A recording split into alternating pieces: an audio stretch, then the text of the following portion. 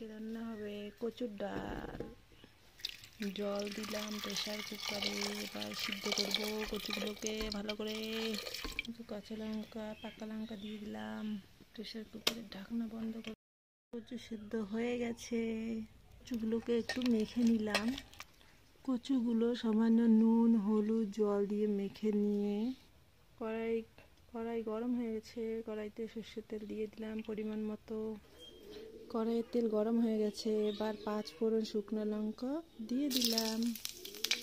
এবার মাখা কচুগুলো দিয়ে দিলাম তেলে। মাখা কচুগুলো দিয়ে নাড়াচাড়া করে একটু গোলমরিচ বাটা দিয়ে দিলাম।